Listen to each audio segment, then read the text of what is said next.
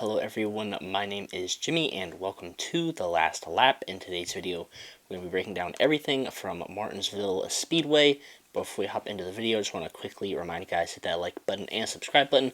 We would greatly appreciate it if you guys did that. Let's go ahead and hop into it. Matthew, my friend and co-host, is joining me on the show, and we are both in Martinsville for the Xfinity and the Cup Series races. So we're going to talk just a little bit about that. We're not going to talk about much of a race recap. We're just going to go over a lot of the drama that happened because there was a lot of it. So Matthew, how are you doing before we go ahead and hop into this video? Well, man, I can't believe we're heading to the last weekend of the 75th season of NASCAR, and the season's already flown by fast. It seems like, and there's gonna be some farewells happening in all three series. We got the championship four all set, and we're all ready to see who's going to be the champion in all three series coming this coming weekend. Alright, and quickly before we get started, I just want to show I got all my Martinsville diecasts right back there. 2 Jeff Gordon wins, 2 Chase Elliott wins. Got those specifically on display to set the mood for what we saw in Martinsville. But let's go ahead and hop into it. We're going to talk the Xfinity race first. I got mine too. Martinsville wins right here as well. 2016, 2017. And I love the one in the Halloween scheme. You know, the one that Rick Allen said, the Bubba the Big of the 24. I was there for that one. That was funny. And then I was also there for the 2016 one. Look at all this confetti right here. It's real nice. All right, continue on. Alright, we're going to talk about the Xfinity race first. So there were basically 2 spots up for grabs, and Austin Hill, Justin Allgaier, and Cole Custer, they were all separated by like 7 points, 5 points, something like that. And we had Sheldon Creed and Sammy Smith, who were up at the front, who had a chance to win. So if one of them won, then one of the 3 of Hill, Allgaier, and Custer would get on points. Or it would be between Hill, Allgaier, and Custer. If one of them won, another one would get it on points. Either way, one or 2 of those 3 names would get eliminated, and the points were tight all race long. Ended up coming down to a green-white checker finish, and on the front row, it was Austin Hill and Sheldon Creed. Austin Hill probably could have pointed his way in. Sheldon Creed in a must-win situation. They go off into turn 1 on the restart. Austin Hill kind of overshoots the corner, rides up into Sheldon Creed. They make contact. Then down the backstretch into turn 3, Sheldon Creed gives Austin Hill the bumper, moves him out of the way, is unable to make the pass, tries again in turn 1, moves him up the track again, and then they're side by side going into turn 3 on the final lap. Austin Hill swipes to the left on Sheldon Creed. Creed overshoots the corner, slides up the track in front of Austin Hill. Austin Hill runs into back of Sheldon Creed, and then here comes Justin Allgaier to the inside. Him and Sheldon Creed race side by side to the start-finish line. Justin Allgaier ends up winning the race. Big crash behind them coming to the checkered flag. So Justin Allgaier punches his ticket to the Final Four, and then Cole Custer, driving backwards on fire, crosses the finish line. He gets the final playoff spot over Austin Hill. So neither RCR car makes it to the Final Four, and Richard Childress Racing was very upset about this. There were a bunch of different things that happened after this race. So first of all, Austin Hill was walking to the infield care center. He passed by the number 2 pit box and was doing like a sarcastic clapping as he walked by. Vice President of RCR, Andy Petrie, he walked up to Sheldon Creed and had a word with him after the race. In Austin Hill's interview, he criticized the move and he spoiled Sheldon Creed's 2024 plans. He said can't wait for him to go to Joe Gibbs Racing next year, so completely spoiled Sheldon Creed's plans, even though that hasn't been officially announced. And then another RCR executive apparently climbed the pit box of the number 2 and had a shouting match with the crew chief of Sheldon Creed. And then biggest quote of all comes from the boss man himself, Richard Childress, who apparently said, quote, "I've had drivers drive for me, but none as stupid as Sheldon Creed." Ouch. That hurts. So I'm going to quickly give my reaction of the on track stuff and then my opinion of the off track stuff that was said. So on the track, I see nothing wrong with what Sheldon Creed did. He raced hard. He did not wreck Austin Hill by any means. The only critique that a lot of people seem to have is that Sheldon Creed, when he overshot turn 3 and washed up in front of Austin Hill, it seemed like he hit the brakes a little bit. I don't know if that's because he overshot the corner and was trying to slow down, or if he was brake checking on purpose so Austin Hill wouldn't get to him. I'm not sure, but besides that, I don't see anything wrong with what Sheldon Creed did. He moved Austin Hill out of the way a few times and didn't wreck him. And I'm not sure what happened in turns 3 and 4, but other than that, I don't see anything wrong with what he did. As far as off the track stuff, honestly, this is pretty embarrassing for Richard Childress Racing, I must say. This is pretty much last year all over again because Ty Gibbs, he wrecked his teammate Brandon Jones for the win, even though Ty Gibbs has already advanced to the championship four. This is two teammates who aren't advanced. Neither one of them are advanced, and they take each other out. But everything that everybody said, Andy Petrie, the RCR executive that was shouting with the crew chief, Richard Childress, all this stuff that was said, it's a shame, honestly, and I think it's quite embarrassing for the team. And from all of this talk, it looks like Austin Hill is the spoiled baby of Richard Childress Racing in the Xfinity Series. I'm just going to say that because Sheldon Creed had a good point in one of his interviews. He said that if this was happening with Austin Hill, they probably wouldn't have done anything about it. So I think Austin Hill is a spoiled grandchild over there at RCR. And honestly, I hope when Jesse Love comes over there, I hope he races Austin Hill hard too.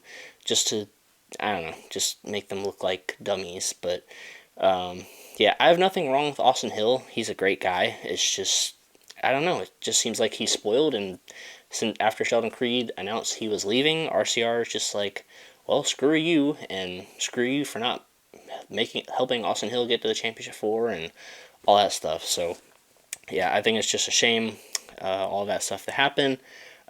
Thankfully, as far as we see, Sheldon Creed is going to race at Phoenix this week and then depart and go elsewhere, probably Joe Gibbs Racing next season. So good that they were at least able to get past it somewhat and move on to Phoenix. But yeah, that's really all I have to say about the Xfinity race. Matthew, I'll let you give your thoughts about that before we talk about what happened in the Cup race. So, Matthew, go ahead and break down what you saw from the Xfinity race. Well, first and foremost, I feel very bad for Sheldon Creed because, I mean, I feel like he is being the absolute scapegoat here. I mean, he's literally trying to get in the Final Four. He's trying to get his first career win. He's in a must-win situation, and he was just doing everything what he needed to do. I mean, he didn't just do what Ty Gibbs did last year and wreck his teammate. I mean, they were still racing fine, but yeah, I just this is an absolute embarrassment to Richard Childress Racing. And I feel like this whole second half of this year for Richard Childress Racing has been nothing but an absolute embarrassment on both series, by the way. I'm not talking about just Xfinity, both series. Because, of course, Kyle Busch won 3 races, Austin Hill won like 4 races, and this whole second half of the season has just crumbled on both sides. It has just crumbled. I mean, and this race was pretty much the absolute low point for this organization this year. The absolute boiling point. And I found it funny how Richard Childress has literally could say that when he literally has a certain someone in the Cup Series who does absolutely nothing but say, "Oh, at least I won a Daytona 500" after wrecking someone on purpose. After wrecking someone. I just find it ironic he says that, but he's literally got a certain someone in the Cup Series that literally does nothing. It's just a roster filler. So yeah, that's That's kind of dumb. Austin Hill, he's an absolute, what for everything he said. He's um, he's always been known for not having maturity. Um, we saw him the exact same race last year. He literally just sucker punched Maya Snyder after the race for I don't know. I don't know what the reason was, but I don't think it warranted that. Um, I mean, it's just an absolute mess. And as a Kyle Busch fan, it's very embarrassing that this, that this organization has become a joke. This whole second half of the season has become an embarrassment. It's become a dumpster fire, and I'm just ready for the season to end this coming weekend, and and this organization can reset. I mean, this ridiculous. It's just ridiculous. But yeah, and absolutely childish. But yeah, I feel bad for Sheldon Creed, and I wouldn't blame him one bit if he didn't race this weekend. I wouldn't blame him one bit. Why would you want to come back to a team that is full of idiots that literally was talking trash to you because you were doing your job, which was trying to get in the championship four? Um, and I mean, I saw Andy Petrie walked up to him saying smack and all that. If I was Sheldon Creed, I would have lost it. We're putting hands on. If you're gonna get in my face after I was doing my job, which was to get in the championship four, he was doing his job. And you're gonna get in his face because he wrecked your golden boy, basically. No, we're throwing hands. I'm sorry, but yeah, what a mess. What a mess. But yeah, but it was a fun race to watch in person. That's for sure. It was a lot of fun. That's for sure. But yeah, what a mess. Yeah, that was definitely the race of the weekend. I got the finish on video, which will be in our vlog, which will come out right after this. I didn't get much of the crash, but I got the finish, which is good. But yeah, on to the Cup Series race, and the main highlight of this one, it was pretty much a battle between Ryan Blaney and Denny Hamlin for the win, or Denny Hamlin versus William Byron for points. And just like Xfinity, they were 2 spots left.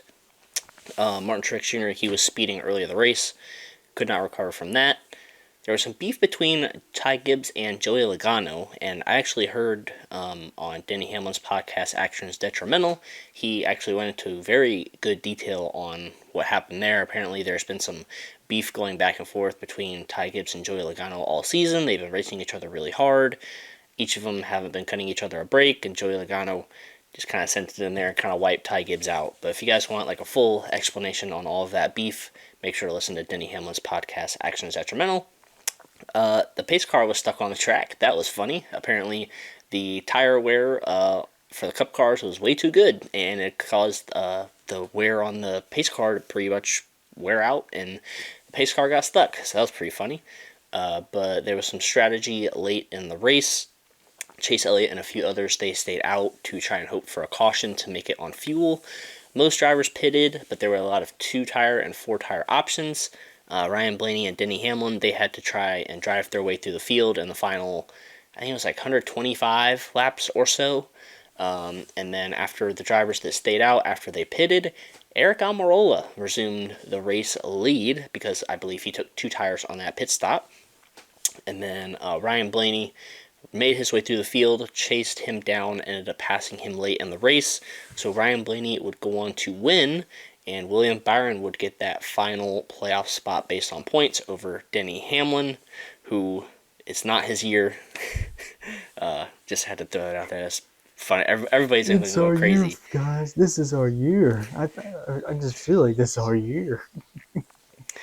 I just had How that go?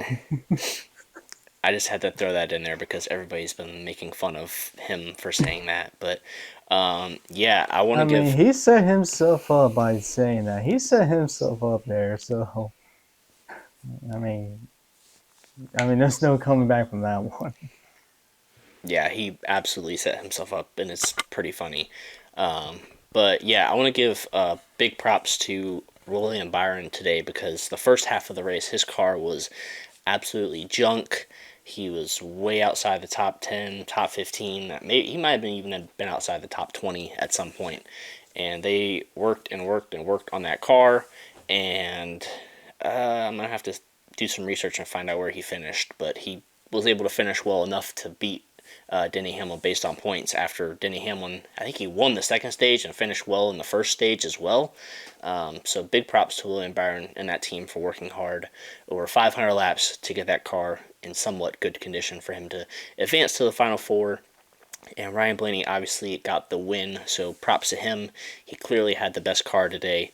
Well, not today, at Martinsville. And then the both of them, they joined Kyle Larson and Christopher Bell at Phoenix next week.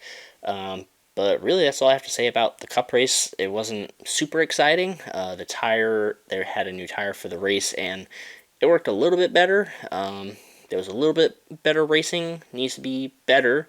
But Denny Hamlin, once again, I'm going to quote him on his podcast, was saying that the tires, they didn't really start to wear until like 100 laps into a run. And then they started to see good racing on the racetrack. So Goodyear still needs to work on a tire that's a lot more aggressive. They're making progress, just baby steps, but they got to get a lot more aggressive with these tires.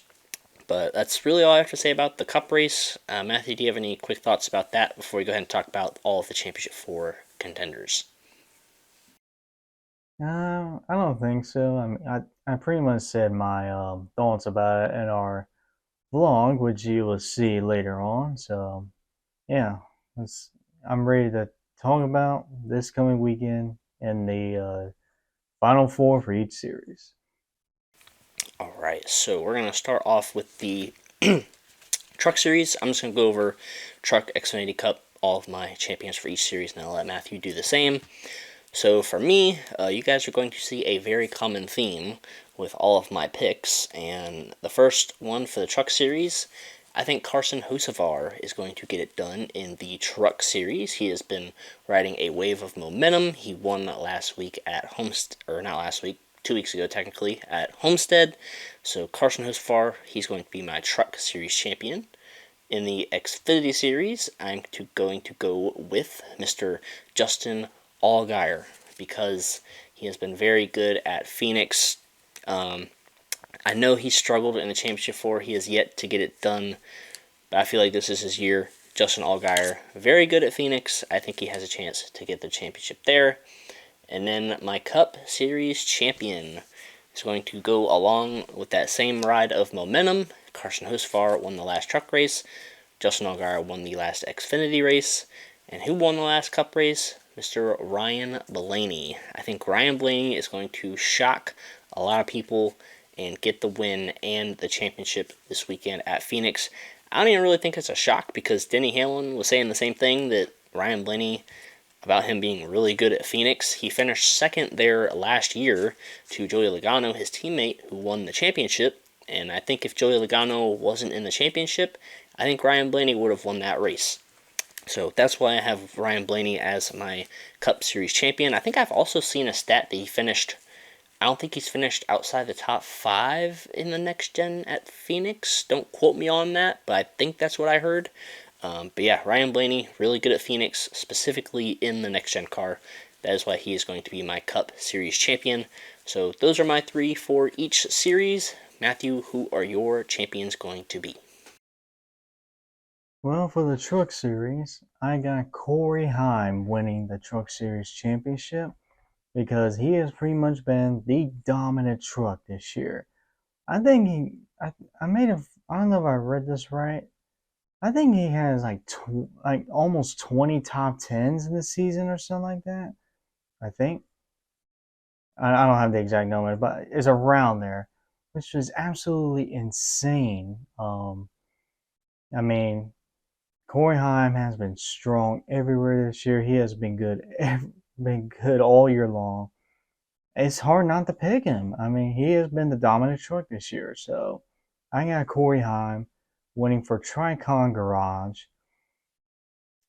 And then for the Xfinity Series, I was shaking my head when you were saying your pick. It's clearly biased as you can tell, because spotters with you know who in the Cup Series. And clearly, you forgot that he's pretty much the Denny Hamlin of the Xfinity Series, where he gags every championship I could think of. He literally gags it every time. So, Hey. so This, clearly, you forgot. this is his year. He said he's the Denny Hamlin. Well, That's he's gonna. going to backfire. Once again, that's going to backfire again. But I'm going to go with John Hunter Nemechek as my championship pick, because once again, he has been the dominant car this year. He has been good everywhere, it seems like. And and I feel like this is his year. So, and Joe Gibbs Racing has won the past two championships with Daniel Hamrick and Ty Gibbs. And I think Joe Gibbs Racing is going to make it 3 in a row in Xfinity championships.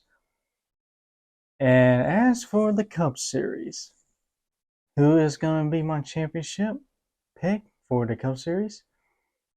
I think it's going to be a first-time champion, and I think it's going to be William Byron taking the title. I mean, there's no secret. He's been the best driver in the Cup Series this year.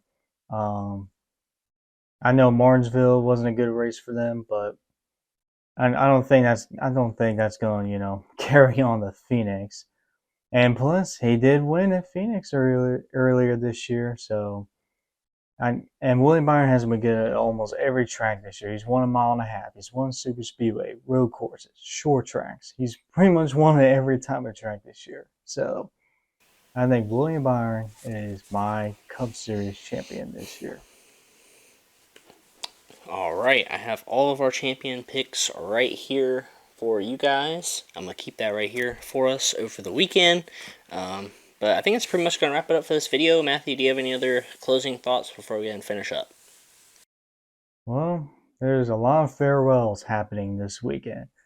For the Truck Series, GMS is going to host their final race, and Grant Enfinger is actually in the championship for. So, will they walk off with a championship before closing doors? We'll see. And then, of course, my Cobblish Motorsports, their final race. It's going to be a sad day for me on Friday. I never thought this day would ever come, but here we are. It's been a wonderful journey watching this organization. Um, and I'll be looking forward to see how Spire Motorsports does next year. Pretty much getting all their trucks, and Kyle was racing with them next year. I don't think anyone or any team I know in the Xfinity Series is retiring. I don't think so, unless it hasn't been reported on much. But for the Cup Series, of course, Kevin Harvick in his final race in the Cup Series, who has had a Hall of Fame career. And of course, my first memory was watching my first NASCAR race on TV, which was the race that Kevin Harvick won, the Daytona 500, side by side with Mark Martin. And that was my first memory, was him side by side to win the Daytona 500 in that bright yellow red Shell Pennzoil car. I remember getting the diecast of that right after that. But I mean, it's been a wonderful career. Of course, he started out very unexpectedly after the death of Dale Earnhardt. Won in his third start, I think, at Atlanta, side by side with Jeff Gordon. And that pretty much his career took off from there. And it's been one heck of a career. And we're going to miss seeing Kevin Harvick at the racetrack. We're going to miss him with his post-race scuffles that he has. And yeah, it's but I do have to say I am very disappointed with SHR with their paint scheme for his final race. Like, come on. All the different things they could have done, and that's what you do? It's literally just a car from a NASCAR video game that you didn't put your age verification on there. I mean, come on. But at least bring the Budweiser car again. But yeah, I hope Harvick has a great race. I mean, it'll be a dream come true if he won in this final race. He is the king of Phoenix. We remember that. So there is a shot he could win, but yeah, it's been a wonderful career, and be looking forward to see how he does in Fox next year. Yeah, definitely a lot of goodbyes, and I was gonna say the same thing about Kevin Harvick's paint scheme. Like I told Matthew this specifically as soon as the Budweiser car came out for Homestead.